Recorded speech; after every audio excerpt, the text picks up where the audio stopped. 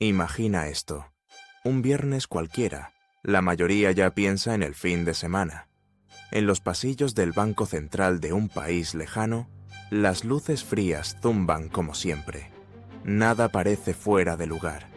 Y, sin embargo, a miles de kilómetros, una serie de mensajes silenciosos cruza cables y servidores con un objetivo descarado: vaciar una cuenta que duerme en la Reserva Federal de Nueva York.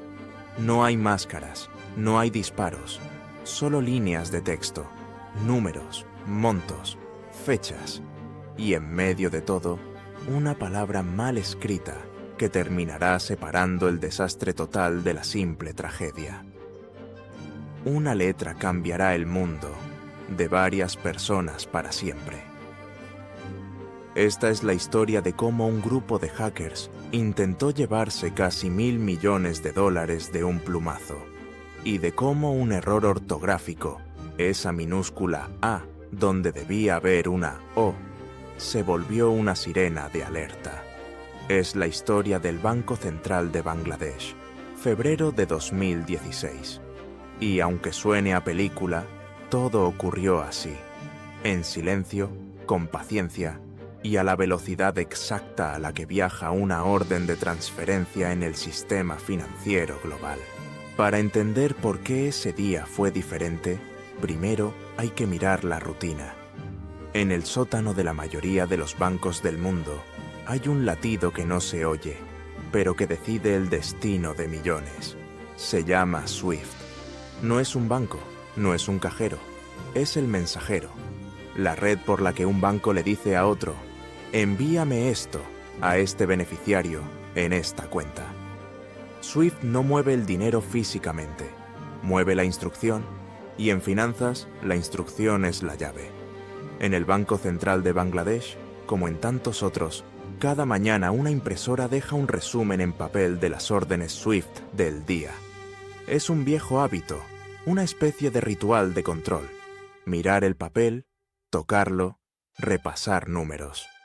Lo físico tranquiliza. Lo físico es fácil de señalar si hay un error. Esa hoja impresa es, para muchos, más fiable que cualquier pantalla. Los atacantes lo sabían. No llegaron con prisas. Entraron semanas antes por donde entran casi todos los intrusos modernos. Un correo bien escrito, un adjunto que luce normal, una excusa creíble. Un clic, solo uno, y la puerta quedó entreabierta. Desde ahí, paciencia. Exploran, dibujan el mapa de la red, observan hábitos, descubren usuarios, contraseñas, horarios. Aprenden que los viernes el tiempo juega a su favor, que los sábados en Nueva York son otro país. Las confirmaciones tardan, la gente desconecta. El fin de semana es un aliado excelente si tu plan consiste en inundar al sistema con trabajo inesperado. En la noche del 4 al 5 de febrero, con todo estudiado, empieza el movimiento. 35 órdenes. No es casual, muchas pequeñas suenan menos que una gigantesca. Diversifican destinos. Escriben conceptos y beneficiarios que parecen plausibles. Esparcen sus redes hacia Filipinas, hacia Sri Lanka, hacia cuentas con nombres recién acuñados que, en papel, no gritan nada raro. 35 piedras arrojadas al agua a la vez. Las ondas se superponen y confunden.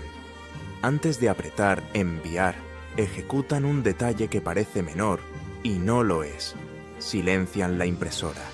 Nadie la rompa, solo la apagan en el lugar correcto del sistema. Esa impresora que cada mañana canta la lista de órdenes, de pronto no canta. Al amanecer, alguien notará la ausencia de papel. ¿Una broma? ¿Un atasco? ¿Se quedó sin tinta? A esa hora, muy pocos piensan. Nos están robando. Las órdenes viajan. En Manhattan, la Reserva Federal custodia, como hace todos los días, el dinero de países enteros. Nada de alarmas ni sirenas. El procedimiento es burocracia en movimiento. El sistema revisa, valida. Algunas órdenes rebotan por detalles técnicos. Otras continúan su camino. Los bancos corresponsales hacen sus propias comprobaciones. Es una red de redes, un telar. A veces, si tiras del hilo correcto, todo se detiene. Pero si tiras de muchos hilos a la vez, los dedos se confunden. 30 órdenes no prosperan. 5 sí. No suena a victoria para los delincuentes, hasta que miras la cifra. 81 millones de dólares se deslizan hacia Filipinas, 20 millones hacia Sri Lanka. En cuestión de horas, una parte queda retenida, pero el río principal corre, oculto, hacia un lugar donde el agua se vuelve turbia. Unas cuentas en un banco comercial, RCBC, en Manila. Son cuentas nuevas, abiertas poco antes. La coincidencia es brutal, y sin embargo, sobre el papel todo está en orden. Nadie abre una cuenta esperando que el primer depósito llegue con ceros de más, salvo cuando ese es precisamente el plan. Mientras tanto, en Dhaka, alguien por fin mira a la impresora. No hay hoja nueva. Hay que reiniciar el sistema, verificar el cableado, llamar a quien sabe. Cuando el resumen por fin aparece, es un vómito de transacciones. Demasiadas, en demasiadas direcciones, y con un detalle. Algunas ya fueron. El aire cambia de temperatura.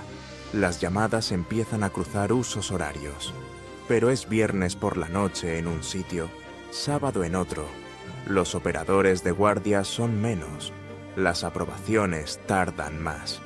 El tiempo, que siempre es dinero, ahora es el enemigo. Y aquí entra el tropezón que cambia la historia. En una de las órdenes a Sri Lanka se lee Foundation en lugar de Foundation. Una letra mal puesta, una estupidez, diría cualquiera. Pero en una oficina, alguien con oficio siente el pinchazo. Algo no encaja. Ese error no es un simple descuido de un banco central. Es una señal. Bloquean, llaman, piden confirmación. Esa cadena de sospechas se expande. Varias órdenes quedan a medio camino. El castillo no se viene abajo, pero pierde torres. La mayor parte del dinero no se mueve. Y sin embargo, lo suficiente para hacer historia ya está lejos. Los 81 millones que llegan a Filipinas no se quedan quietos. Apenas tocan la cuenta, vuelan. Aparecen personas con poderes notariales, intermediarios que nadie recordará una semana después, firmas que autorizan traspasos veloces hacia otras cuentas, hacia casas de cambio y luego hacia un destino que no deja huella de la misma manera. Casinos. Los casinos son lavanderías con música alta. Conviertes dinero en fichas. Juegas lo justo, o ni siquiera haces ruido en la mesa. Devuelves fichas, recibes dinero nuevo. Repite, mezcla, divide, envía. Lo que entra con un nombre, sale con otro. Lo que era rastreable, se vuelve neblina. ¿Por qué casinos? Porque entonces, las reglas antilavado de Filipinas dejaban un hueco. Los bancos tenían obligaciones estrictas, los casinos no tanto. El crimen, como el agua, encuentra el punto más bajo del dique.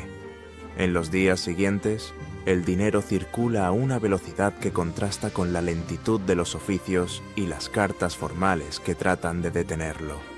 Para cuando una autoridad levanta la mano, la otra está en otra mesa.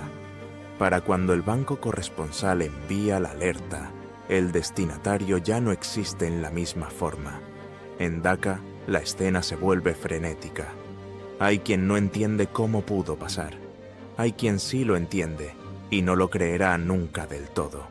No hubo un gran fallo aislado. Hubo una cadena de detalles perfectamente encajados.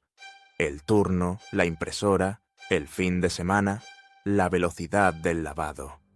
Ese viernes que empezó como cualquier otro, de pronto es la fecha que no se borrará jamás del calendario interno. En Nueva York, alguien en la Reserva Federal recibe una llamada que no quería recibir. Posibles órdenes fraudulentas. Necesitamos confirmar. Hay riesgo sistémico. En Manila, en una sucursal de RCBC, empiezan a sonar teléfonos con preguntas que incomodan. ¿Quién abrió estas cuentas? ¿Por qué entró tanto dinero? ¿Dónde está ahora? Del otro lado de la línea, respuestas medidas. Se abre una investigación. Se congelan montos. Se niegan otros. Entretanto, el dinero que ya pasó por las mesas de juego es un rumor en pasillos a oscuras. Si te parece que todo ocurrió en un suspiro, no es casualidad. Ese es el guión que los atacantes escribieron. No tanto romper una puerta de acero, sino empujar a la vez varias puertas de madera vieja. Lo suficiente para que el guardia que hace la ronda descubra una abierta cuando ya es de madrugada. Y ese guardia, por más que corra, no llega a tiempo a todas. Luego llega la caza de sombras, con peritos digitales, con trazas de malware, con horarios, con servidores de rebote. Se revisan correos, se conectan puntos en mapas que nadie fuera de esos equipos verá completos. La historia con el tiempo toma un nombre: Lazarus, un grupo vinculado a Corea del Norte, ya conocido por otros golpes audaces. No son aficionados con suerte, son gente que estudia, que espera, que necesita fondos y no tiene caminos tradicionales para conseguirlos. Unos años después, el Departamento de Justicia de Estados Unidos pone un nombre propio: Park Jin-hyuk, en un documento con acusaciones que recorren el mundo. Para algunos es la pieza que faltaba, para otros es una parte del rompecabezas. En ciberseguridad, pocas veces existe el caso cerrado, absoluto. Lo que existen son capas de convicción. Mientras tanto, en Bangladesh se hace el recuento. Se lograron detener la mayoría de las órdenes. De los que avanzaron, una parte se recuperó. Otra parte no regresó jamás. 81 millones se vuelven un símbolo incómodo, lo suficiente para llenar titulares durante meses, para alimentar debates políticos, para exigir renuncias, para arrastrar la reputación del banco por terrenos donde antes nunca había estado. Y todo, recuerda, empezó con un clic en un correo, con una impresora que no imprimió, con un fin de semana, con una A mal puesta. Hay detalles que, si no los conoces, te parecen increíbles. Por ejemplo, que una institución financiera crucial confíe su revisión matinal a una hoja de papel. ¿Cómo puede ser? Fácil. Así han funcionado los flujos durante décadas. La digitalización llegó por capas. A veces, el papel es el segundo par de ojos. No es que sea absurdo, es que cuando alguien te apaga la luz exactamente en el momento en que miras, te quedas ciego unos segundos. Y esos segundos bastan. Otro detalle: la elección del viernes. Los atacantes no necesitaban adivinos, solo calendarios. Los bancos no trabajan con la misma intensidad un sábado. El mundo financiero global tiene respiraciones distintas según el uso horario. Lo que en Dhaka es horario laboral, en Manhattan puede ser anochecer. Y un sistema que requiere doble confirmación y llamada de verificación se vuelve torpe cuando el que debe confirmar ya no está en su escritorio. Y un último detalle, quizá el más humano: el error que traiciona. Foundation. A cualquier empleado junior le habrían pedido revisar el texto 2 veces antes de enviarlo. Pero en el mar de órdenes, esa palabra torcida encendió la luz roja exacta. ¿Quién cometió ese error? ¿Fue prisa? ¿Fue alguien que no hablaba inglés como lengua nativa? ¿Fue una distracción? Nunca lo sabremos. Lo que sí sabemos es que esa A fue el primer hilo del que alguien tiró para detener una avalancha. A partir de entonces, el mundo bancario hizo lo que hace siempre después de un susto: construir más muros, pedir más pruebas, agregar más candados. SWIFT lanzó un programa de seguridad reforzado. Los bancos revisaron procedimientos de fin de semana. Las unidades antilavado de varios países miraron con otros ojos a los casinos. Y como ocurre con todo cinturón que se aprieta, hubo quien se quejó de la incomodidad, de la burocracia extra. Hasta que recuerdas la escena de la impresora en silencio y de repente esas molestias parecen baratas. También hubo preguntas difíciles dentro del propio banco. ¿Quién autorizó qué? ¿Quién debió haber mirado más de cerca?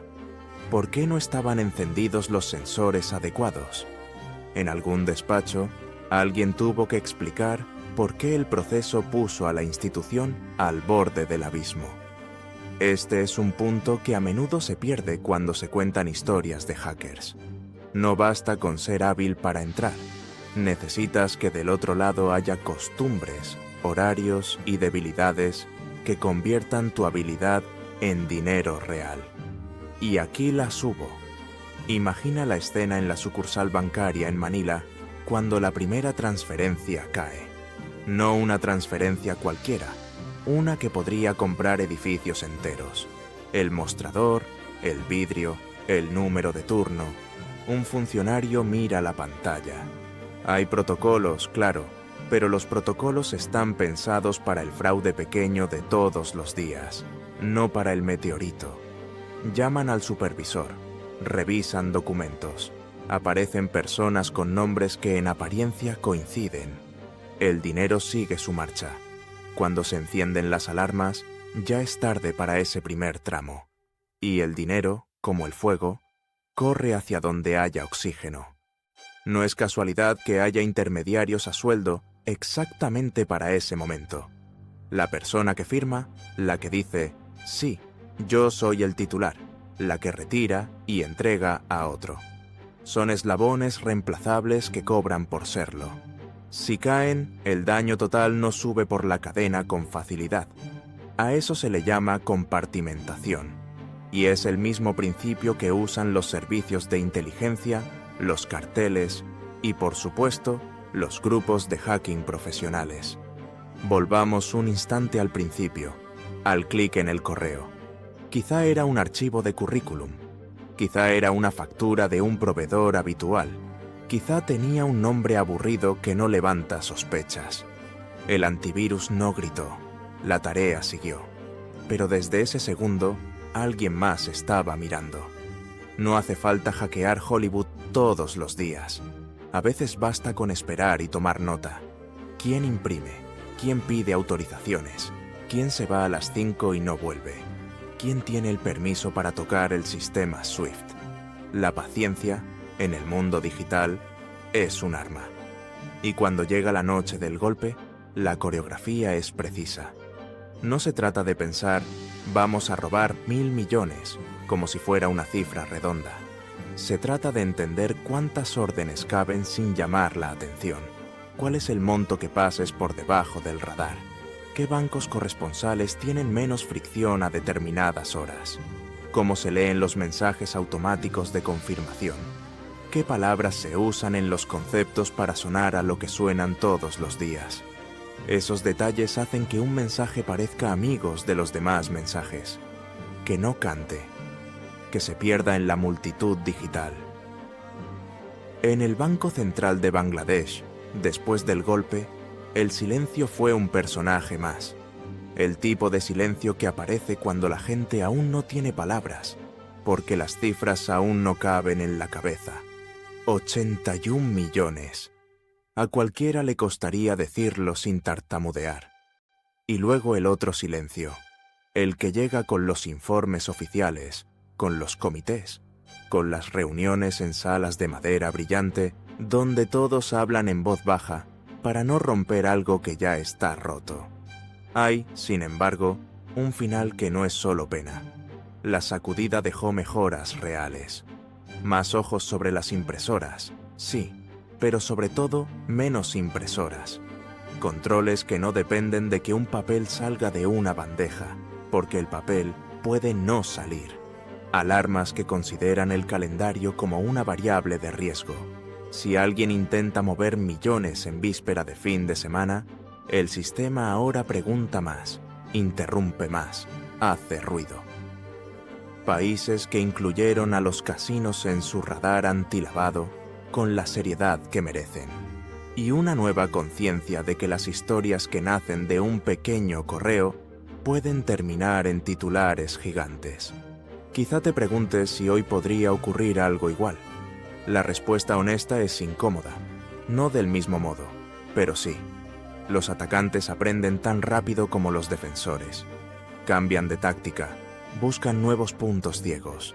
La industria se acostumbra, por ejemplo, a la autenticación multifactor. Entonces, los delincuentes prueban técnicas de sustitución de SIM o atacan estructuras de confianza que nadie mira porque siempre fue así. No existe la muralla perfecta, existe la vigilancia constante, el escepticismo sano, la voluntad de revisar hábitos que parecían sagrados. Y sin embargo, hay una verdad reconfortante en medio de esta historia.